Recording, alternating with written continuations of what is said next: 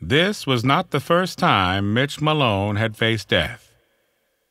He had seen it before, many times actually. He felt it pass by in the streets of Baranowo, Poland in 1942, when he was just 4 years old. It was there that death took his friends. It took his neighbors. And it took the soldiers fighting to defend them. It took them in ways so horrific, the memories were burned into his mind forever. And then, word came that in a gas chamber in Mauthausen, death had taken his father as well. When he was a younger man, his mother became ill. It was 1973, and the diagnosis was cancer. It wasn't treatable, and it wasn't quick. Death toyed with her. Kept her alive for 2 years, but just barely. This memory never left him either. The tumor was the size of a football when they found it.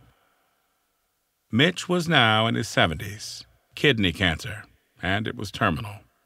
But by now, Mitch knew death all too well, knew the storyline, knew what was in store for him, knew how it ended. He'd been witness to death too many times to believe any differently.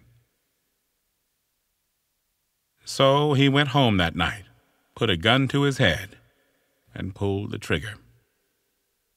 Mitch believed there was no other way, that his story had already been written. But Mitch didn't die that night. Mitch didn't die 3 weeks later in the hospital under suicide watch, and Mitch didn't die 6 months later in an assisted living facility. No, Mitch Malone lived on. The ending of his story had been revised. The authors of this new ending? A group of amazing people who simply cared more about present relationships than ghosts of the past. In the new ending, Mitch lived for another 1.5 years, at home. In the new ending, Mitch was surrounded daily by family and friends.